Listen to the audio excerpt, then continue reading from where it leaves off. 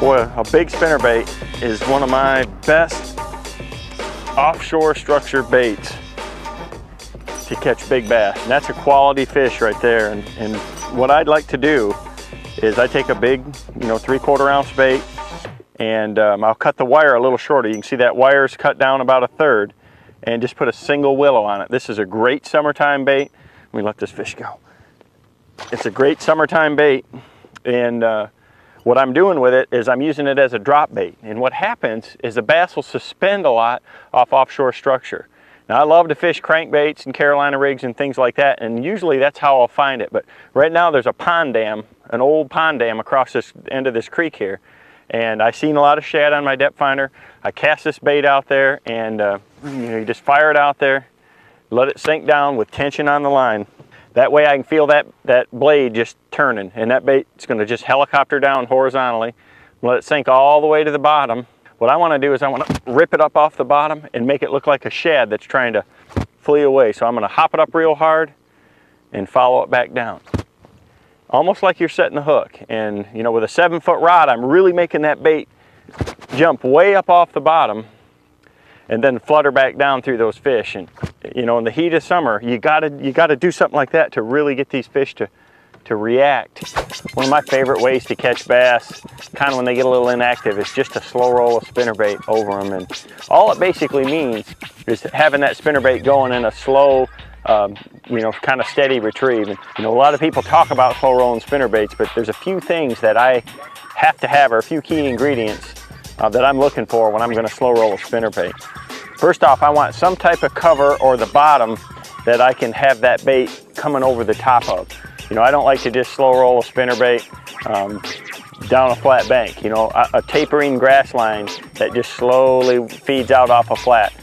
Standing timber like this, I want to slow roll along the horizontal limbs. And what I like to do is I like that bait to come in contact with that cover. I'm going to have that bait go down. I'm going to reel it just fast enough so I'm just taking the top of whatever it is I'm slow rolling it over. But every time that I come in contact with that cover is when I really want to try to trigger a reaction out of those fish.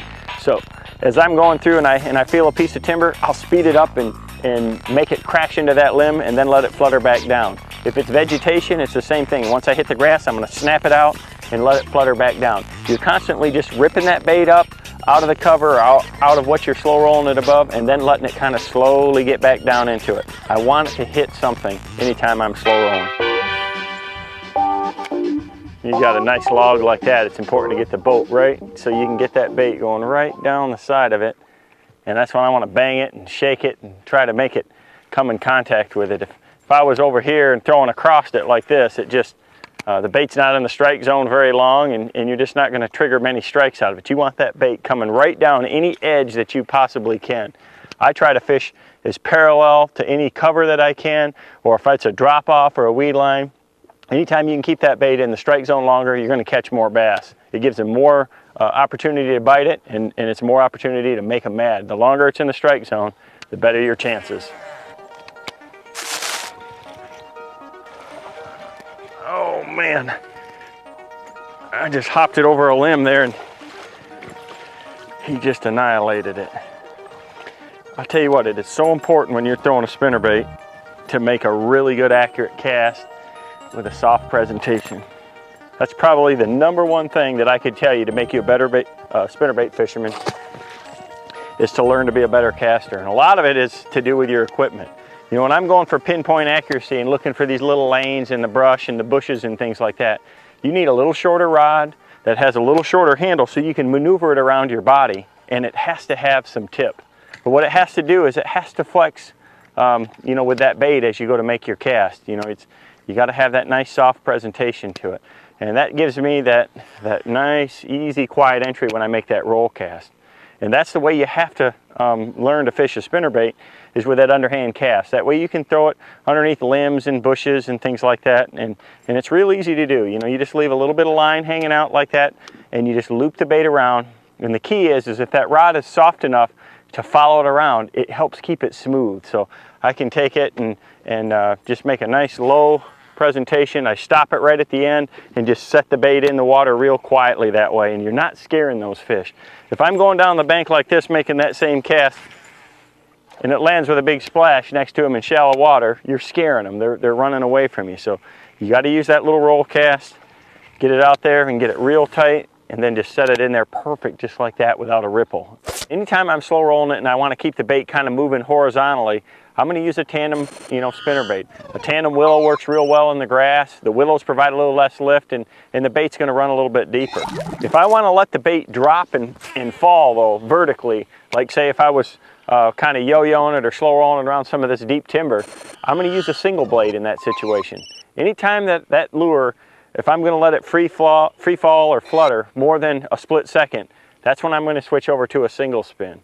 It's really important to keep in contact with the cover that's down there when you're slow rolling, and when you do hit something, try to make that fish react to it. That's where that quick movement, a little snap of the rod or a quick turn of the handle of the reel will trigger that fish into striking if he's close to it. It's a very effective technique.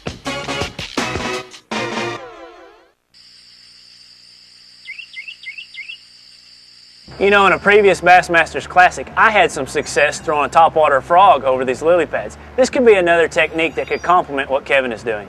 Spinnerbait is one of my favorite baits for fishing around, isolated pad clumps like this, or reeds, cattails, things like that. Any type of hard grass, it works real well. Now what I try to do is I try to target these clumps and make the spinnerbait kind of run into the stems or the stalks of those pads.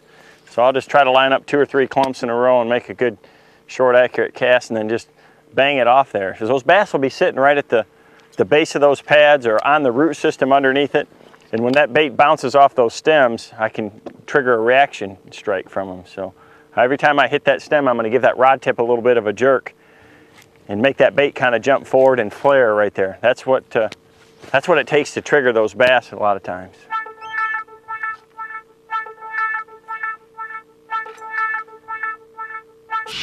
There he is. Oh God, he come out of there and just annihilated it. I mean, he just lunged out of those pads. Pads hold a lot of bait fish and a lot of shad, and spinnerbait is a great way to find concentrations of them in it because you can cover a lot of water with it. This is where you want to have heavy line on though. These fish are tough to get out of that.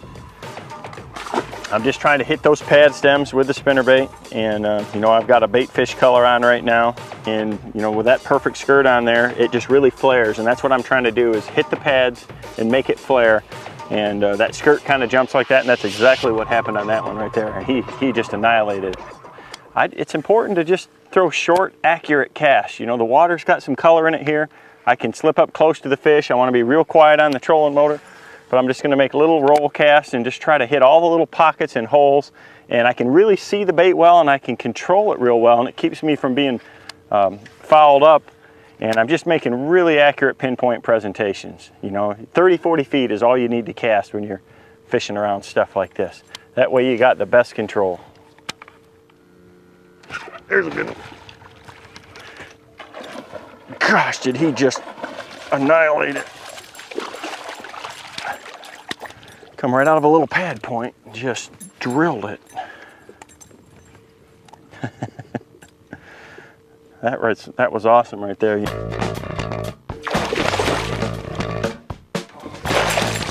just have to make that bait bounce off those stems though. You've got to flare that spinnerbait as much as possible to really get them to bite it. I just almost never cast a spinnerbait out and just wind it straight back to the boat. You just don't catch near as many fish as when you're trying to make the fish react to it. It's one of the best lures there is to imitate a bait fish. And what I'm trying to do always is give the bass an idea that there's something wrong with this particular bait fish. Make it look like they can easily catch it. What I'm really doing is just kind of finessing that spinnerbait through there. The pads have got little pockets and holes, and it's just important to kind of keep that bait in the strike zone for as long as possible while you're out there. So I'm just kind of shaking it along, making that skirt kind of flare and pulse, and those blades kind of shudder and shake, kind of bang even together. So I'll use a Colorado willow combination like this right here with a large willow, sometimes even go up to a number 5, or I'll even put an Indiana or a Colorado on the rear to help slow it down, to provide a little more lift. That way I can cast it out there into these little holes and just kind of shake it, and that extra displacement that the Colorado blade gives it helps me slow it down and keep it in the strike zone longer.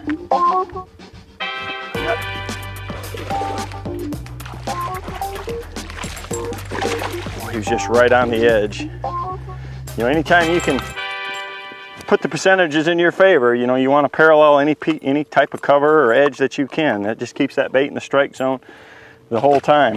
If I had my boat positioned out here and I was casting up to the edge of these pads, as soon as it's 2 or 3 foot away from the edge, it's out of the strike zone. This way I'm going right down and I'm making short little pitches.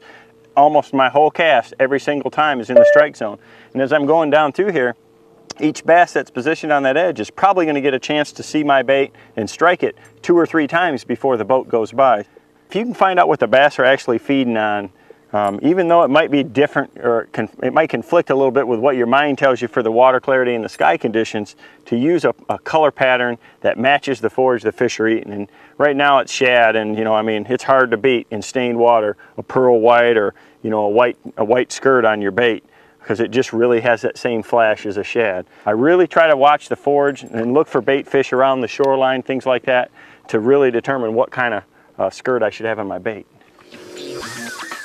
If you want to fish some spinnerbaits through lily pads, make sure you got a good stout rod and reel, a good selection of spinnerbaits with the right skirt and blade combination to match the local forage. Try and tick the stems of the pads and fish parallel to the edges so you can keep your bait in the strike zone. You'll find yourself catching lots of bass.